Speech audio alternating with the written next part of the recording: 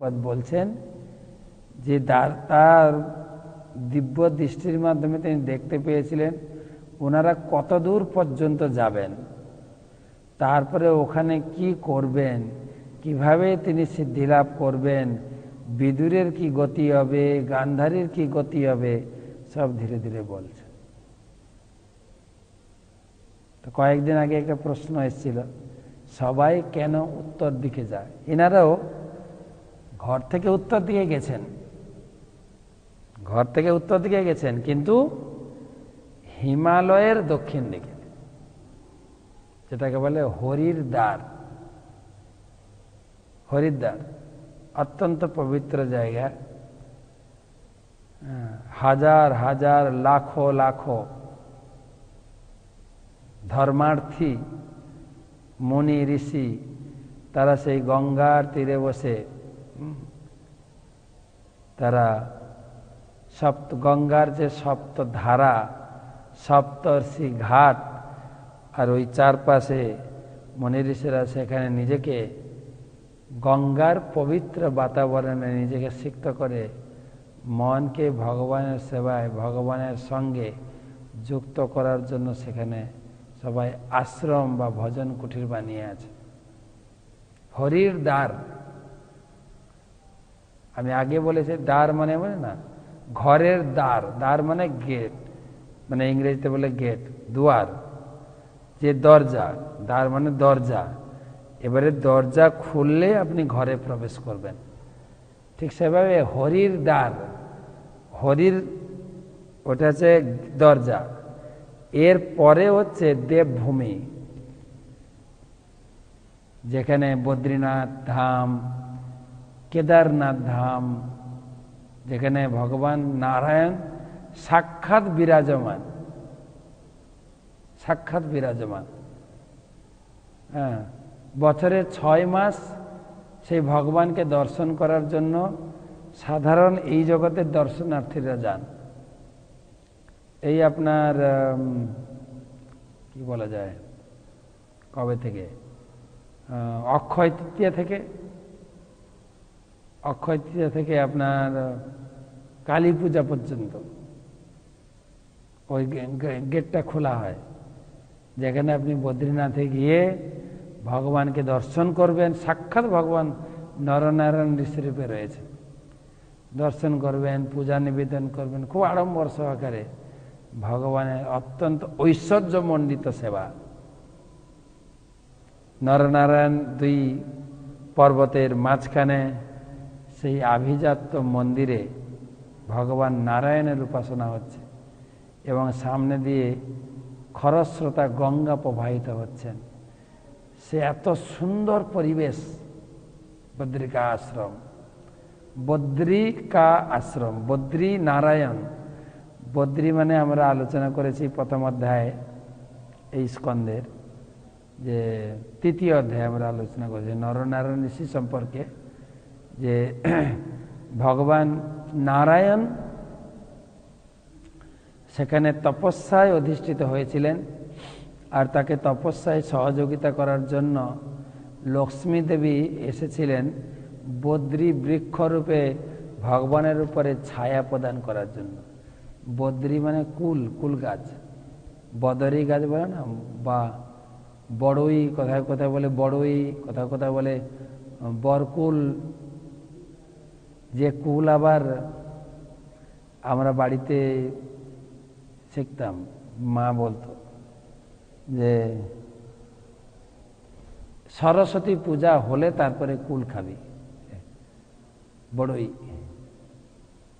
তার আগে বাড়িতে খেতে দিতেন না। তো সে বড়ই বরকুল, সেটা বড়ই হয়তো বিদেশি কুল বলে বড় বড়, কিন্তু ছোট্ট কুল গাছ। তো লক্ষ্মী দেবী এখানে বদ্রী বৃক্ষ রূপে আছেন, তাই লক্ষ্মী নারায়ণ না বলে সেখানে বলে বদ্রী নারায়ণ। বদ্রী নারায়ণ নারায়ণ নারায়ণ, খুব সুন্দর গান করেন। যেখানে নারদ কুণ্ড আছে পাশে, যেখানে নারদ মুনিকে ভগবান নারায়ণ, নারদ পঞ্চরাত্র বলে আমাদের একটা, পঞ্চরাত্র প্রদীপ বলে আমাদের একটা বই আছে, যেখানে ভগবানকে পূজা করার বিধান শাস্ত্রীয় মতে, আপনি ভগবানের মন্দিরে প্রবেশ করবেন কিভাবে, ভগবানকে কিভাবে জাগরণ করবেন, ভগবানকে কিভাবে জাগরণ করার পরে কি করবেন, তাকে হস্তমুখ প্রক্ষালন, আচমন, দন্তধৌতম, এই সমস্ত কিছু প্রক্রিয়া, স্নানম এবং অর্চনম, এই সমস্ত প্রক্রিয়া, ভোগ নিবেদন প্রণালী, আরতি, বিভিন্ন ভগবানের উৎসব অনুষ্ঠান, বিভিন্ন বিষয়ে ভগবানের পূজা সংক্রান্ত, অর্চন সংক্রান্ত পুরো 5 রাত ধরে ভগবান নারায়ণ নারদকে শিক্ষা দিয়েছিলেন। আর নারদজির সেই শিক্ষা গ্রন্থ আকারে প্রকাশিত হয়েছে, সেটাকে বলে নারদ পঞ্চরাত্র। তো সেখানে নারদ কুণ্ড আছে, সেখানে রয়েছেন ব্যাসদেবের হাউজিং কমপ্লেক্স আর গণেশজির হাউজিং কমপ্লেক্স। হাউজিং কমপ্লেক্স মানে গুম্ফা, যেখানে ব্যাসদেব বসে ভাগবতম বলেছিলেন, আর গণেশজি প্রতিদিন এসে লিখতেন। গণেশের গুম্ফা, ব্যাসদেবের গুম্ফা সেখানে আছে, কত বছরের সেই গুম্ফা সেখানে লেখা আছে। তারপরে আর একটু, যে এটা হচ্ছে বদ্রিকা আশ্রমের সমাপ্রাস নামক স্থান। আর একটু এগিয়ে গেলে যেখানে ভীমপুল, যখন এই পঞ্চ পাণ্ডবেরা প্রস্থান করছিলেন, মহাপ্রস্থান, এই গঙ্গা পেরিয়ে যাচ্ছিলেন, তো গঙ্গা পেরোবেন কি করে, তাদের পরিবারের একটা নিয়ম ছিল, একটা কি বলে শিষ্টাচার ছিল, যে গঙ্গাতে যেন চরণ স্পর্শ না করে, পাপ হবে। তাই কিভাবে সমাধান করা যায়, 5 জন যাবেন কি করে, তখন ভীম একটা বড় পাথর নিয়ে আসেন, একটা পাথর এই পাড় থেকে ও পাড়ে, একটা পাথরের ব্রিজ, ভীম পুল, যে পুলের উপর দিয়ে পঞ্চপাণ্ডব দ্রৌপদী পেরিয়েছিলেন, সেই পুলটা এখনো আছে। সেখানে খুব সুন্দর জায়গা, পবিত্র জায়গা, বাতাবরণ এবং প্রচুর ঠান্ডা এবং ভজনের উপযুক্ত জায়গা। সেই জন্য ওই এলাকায় বলা হয় হরির দ্বার, যেখানে দেবভূমি, সাক্ষাৎ দেবতারা থাকেন। কিন্তু এই 6 মাস সাধারণ লোক গিয়ে দর্শন করেন, পূজা করেন, প্রার্থনা করেন, ভগবানের কৃপা লাভ করেন। কিন্তু বাকি 6 মাস বন্ধ থাকে, দেবতারা পূজা করেন, তখন সাধারণ মানুষের প্রবেশ নিষেধ, ভগবানের মন্দিরে দরজা বন্ধ হয়ে যায়। যেখানে দেবতারা আছেন, দেবতাদের দ্বারা ভগবান আরাধিত হন। শীতকালীন, যেমন এই সময় বন্ধ, শীতকালীন এই সময় দেবতারা আসেন, পূজা অর্চনা করেন।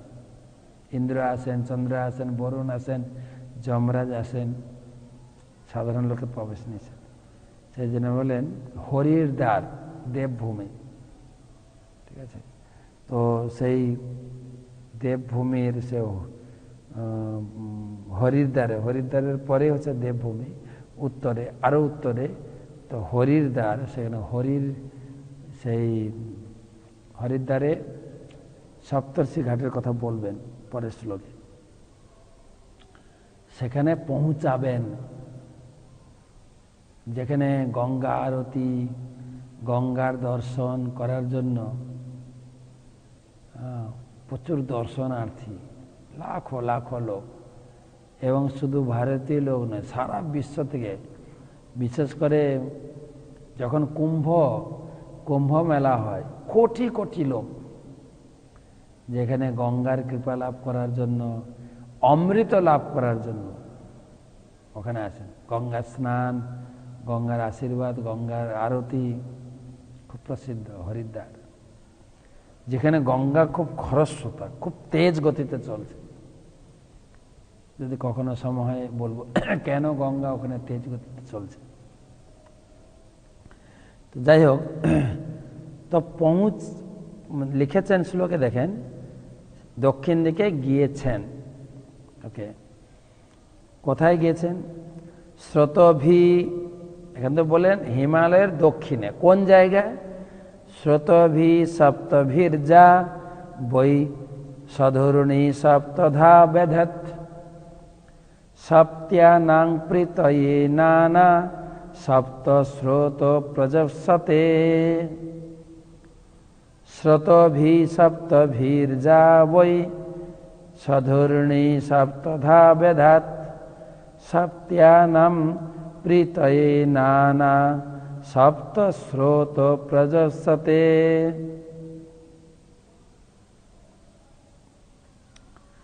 সেই পবিত্র স্থানে, সেই স্থানে পবিত্র গঙ্গা নদী সপ্ত ঋষির প্রীতি সাধনের জন্য নিজেকে সপ্ত ধারায় বিভক্ত করেছেন।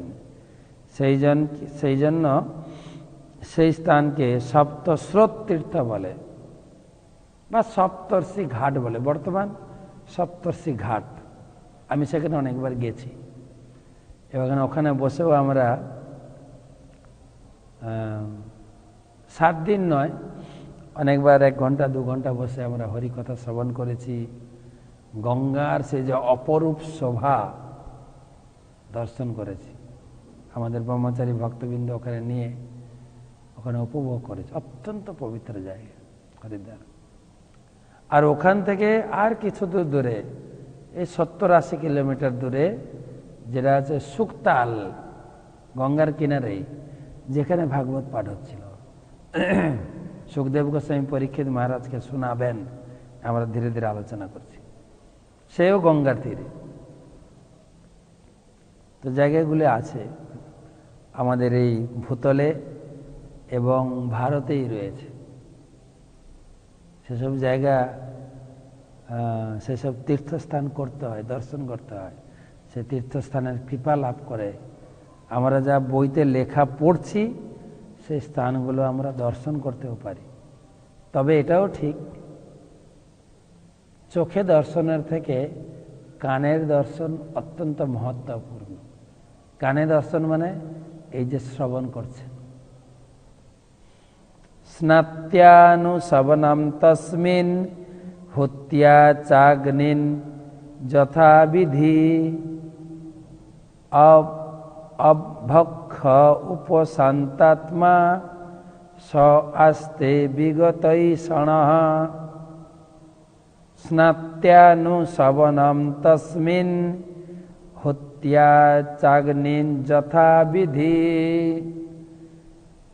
অভক্ষ উপশান্তাত্মা স আস্তে বিগতৈষণঃ।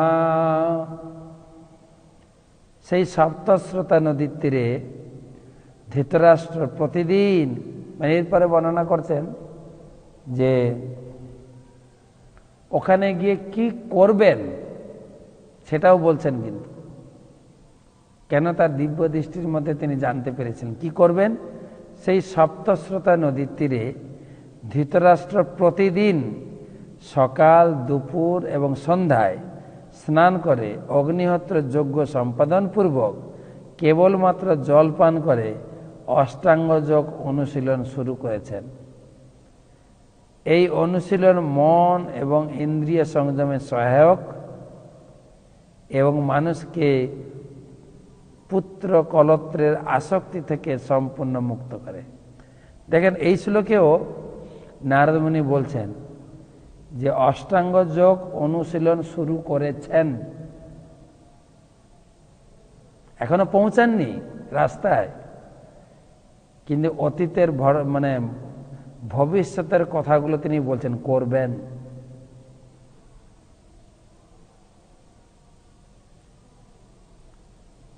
কি করবেন ওখানে শ্লোকে দেখেন, সাত্যানু সমনম তস্মিন, অনুশবনম, স্নাত্যা, স্নান করবেন 3 বার। ওখানে এমনি সময় ঠান্ডা, জানি না কোন সময় গিয়েছিলেন সেটা তো লেখা নেই, ঠান্ডা, প্রচুর ঠান্ডা গঙ্গা। সকাল, দুপুর এবং সন্ধ্যায় তিনবার, ত্রিসন্ধ্যা ভগবত উপাসনা, ত্রিসন্ধ্যায় স্নান, তিলক, শুভ্র বসন ধারণ এবং ভগবত ধ্যানমগ্ন। আমরা গুরুদেবের কাছ থেকে যারা গায়ত্রী মন্ত্র পেয়েছি, 3 বার ধ্যান করতে হয়। ধ্যায়ম স্তুবম শাস্ত্র যশস্ত্রী সন্ধ্যম বন্দে গুরশ্রী চরণারবিন্দম। ত্রিসন্ধ্যম 3 বার ধ্যান করতে হয়, 3 বার স্নান। স্নানের সব জায়গায়, গীতায়ও ভগবান বর্ণনা, 14 প্রতিষ্ঠা, পবিত্র স্থানে গিয়ে স্নান। ধ্রুব মহারাজকে নারদ মুনি যখন